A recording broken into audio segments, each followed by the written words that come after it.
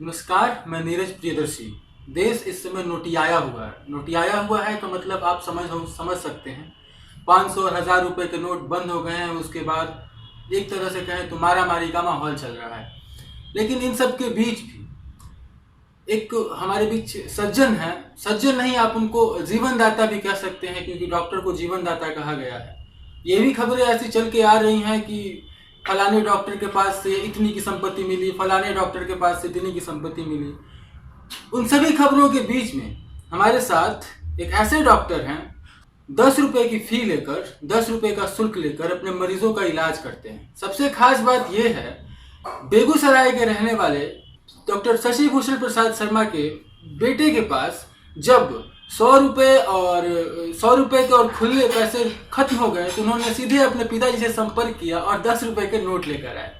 हमारे साथ हैं शशि भूषण प्रसाद शर्मा। हम उनसे बात करते हैं आखिर कैसे 10 रुपए के नोट में पिछले करीब 35 सालों से वो लगातार अपनी सेवाएं लोगों को दे रहे हैं। शशि भूषण जी, आपका स्वागत है लाइव सिटीज के साथ। मैं आपसे जानना चाहता हूं, पहली बात तो ये कि 10 रुपए की दर पे 10 रुपए की दर पे लोगों को सेवा देना, क्योंकि आज के समय के लिए जो अभी हम बात कर रहे हैं, जो हम देख रहे हैं ट्रेंड, उसके हिसाब से ये बहुत बहुत बहुत कम दर है। उस हिसाब से 10 रुपए की दर पे सेवा देना ये कहाँ से आया? ये हमारी मानसिकता अपने घर परिवार से आई, जिस स्थिति से हम आते हैं जी। लोगों के गरीबी को समझ सके हम कि गरीब किस तरह से जीवन अपने को गुजारते हैं। ये बात मेरे मन में बैठ गई कि किसी गरीब को आत्मा से आवाज़ आई कि अगर हम मदद कर सकते हैं अनसीन रूप से, उसके ऊपर जताएं नहीं कि हम तुमको मदद कर रहे हैं, तो ये मेरा एक रास्ता होगा उसको मदद करना कि कम फीस में उसे हम अच्छा करके घर भेज दें। हमारे एक नामी लॉयर मामा थे, वो कहा करते थे कि डॉक्टर बनिए तो ऐसा बनिए कि कम से कम फीस में लोगों को अच्छा कर दीजिए। और हमने चूँकि सारी बातों को अनुभव किया है जीवन में कि पैसे के बिना लोग की क्या स्थिति होती है। कोई एक ऐसा अनुभव बताइए आप अपना, जहाँ से कि आपको वो सबसे अधिक इंस्पायर किया हो कि हाँ, लोगों को तकलीफ है और उनके पास उसके लिए उस तकलीफ का जो इलाज है वो उनके पास पैसे नहीं है कि वो इलाज वो करा सके। तो वो एक अनुभव, कोई इंस्पिरेशन वाली बात।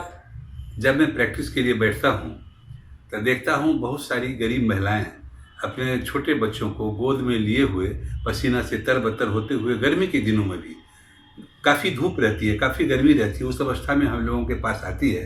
उसके बच्चे अगर रास्ते में चिल्लाते हैं कि माँ हमें बिस्कुट दो, प्यास लगी है, कुछ दो, तो कहते हैं चलो बेटा डॉक्टर के दिखाई लगे, और बाद पैसा बचते दे देवो। तो वो चीज़ हमको बड़ा अपील करता है कि जिस तरह से हम किसी के बच्चे थे और जवान हुए हैं, हर बच्चा का यही अधिकार होता है कि वो इसी तरह से समाज से सेवा ले। ये चीज़ हमें बहुत इंस्पायर किया कि हमने ये चीज़ मन में ठान लिया और इसी रूप से हम सेवा लोगों को 10 रुपये में दे रहे हैं लगातार। एक चीज़ और मैं आपसे जानना चाह रहा था कि 10 रुपए की दर से आप सेवा दे रहे हैं, ठीक है। आप बता रहे थे, जब मैं आपके बारे में सुन रहा था तो आप बता रहे थे कि आपने 79 से ये शुरुआत की। शुरू में ये दर 5 रुपये थे, बाद में आपने मटियानी से शुरू किया। हाँ।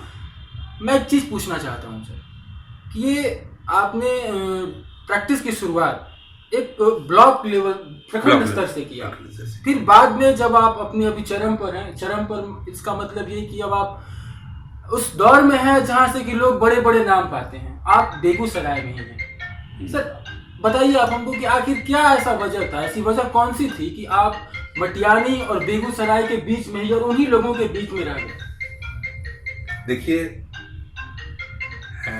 एक डॉक्टर को निश्चित रूप से अपने पेशा से कंसर्न होना चाहिए जी। और डॉक्टर अगर सिंसियर है और निष्ठापूर्वक मरीज की इलाज कर रहा है और मरीज के इलाज में किसी तरह की कोई उसकी लालसा नहीं हो, अंदरूनी इच्छा कुछ नहीं हो, तो निश्चित रूप से वह डॉक्टर समाज के लिए और गरीब मरीजों का विश्वास जीतता है। एक बार किसी डॉक्टर पर अगर कोई आस्था किसी पेशेंट को हो जाता है तो सदा के लिए आते ही रहता है डॉक्टर के पास।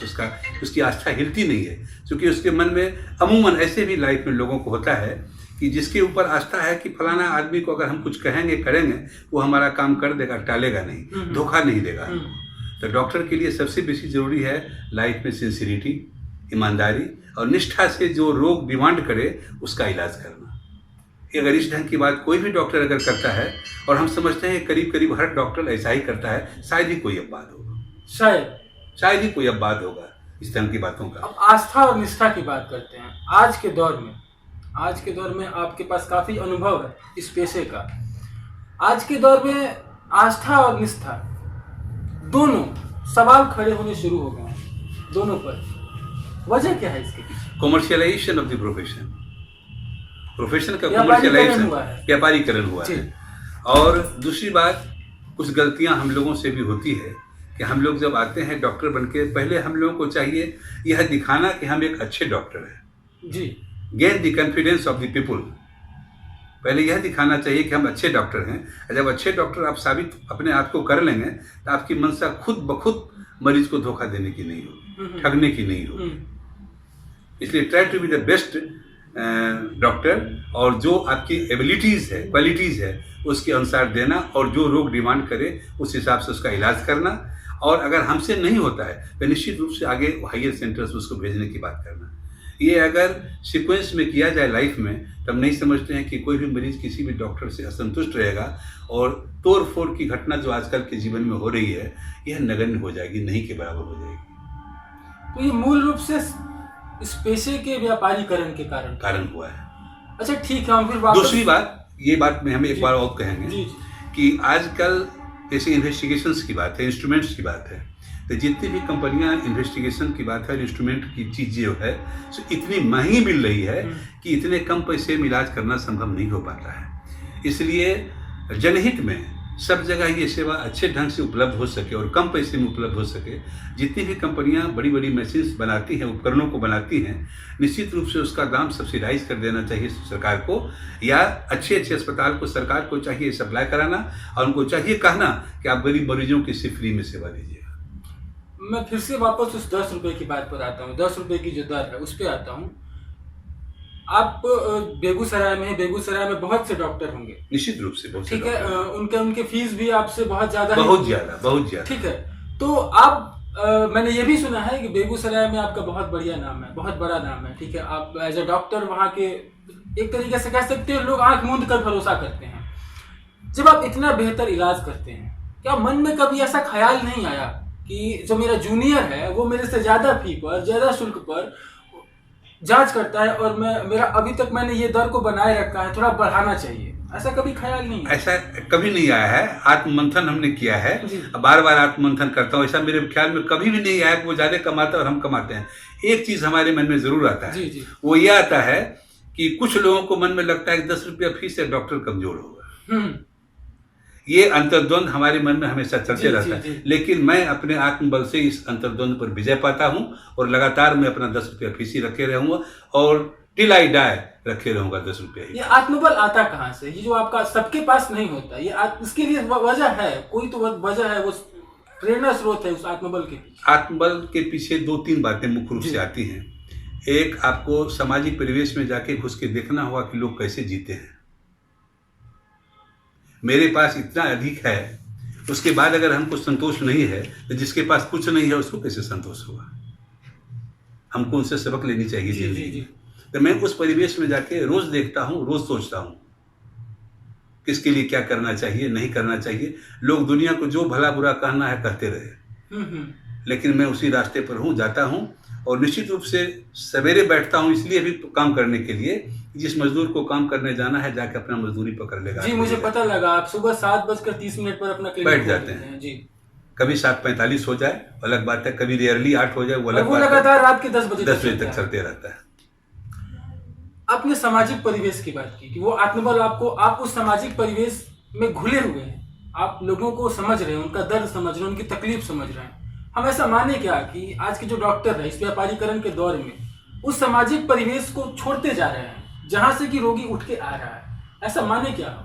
यही कारण है कि लोगों का कुछ डॉक्टरों के ऊपर से विश्वास उठता चला जा रहा है, और इस तरह का पहले डॉक्टर लोगों की इतनी सेवा होती थी, लोग भगवान समझ के लोग जाता था। जहाँ डॉक्टर पहुँचते थे वहाँ खुद लोग झाड़ पोछ के इतना बढ़िया से बैठाते थे, उनका बैग लेके चलते थे। आजकल स्थिति वैसी नहीं है, और हम लोगों को ऐसा करने का आत्मबल जो मिला है समाज से ही मिला है। समाज को हमने सेवा की, समाज ने जो हमारे ऊपर विश्वास दिया, विश्वास का बोझ दिया, कि हमको आपके ऊपर इतना विश्वास है, तो उस विश्वास को तो हमको निभाना पड़ता है। आपको याद होगा, आप गाइड फिल्म देखे होइएगा जी, देवानंद उसमें गाइड का रोल कर रहा जी है। जी। एक मंदिर में जाके सोया था। कुछ लोग आके सोचा कि भगवान के मंदिर में आया है, कोई पुजारी होगा, रमरमा चादर उसको ओढ़ा दिया। ठीक है, तो कल दिन में बहुत सारी पब्लिक पहुंच गई। पहुंचने के बाद लोगों ने उसको कहा कि स्वामी जी आप आ गए हैं, बहुत दिन से अकाल पड़ा हुआ है।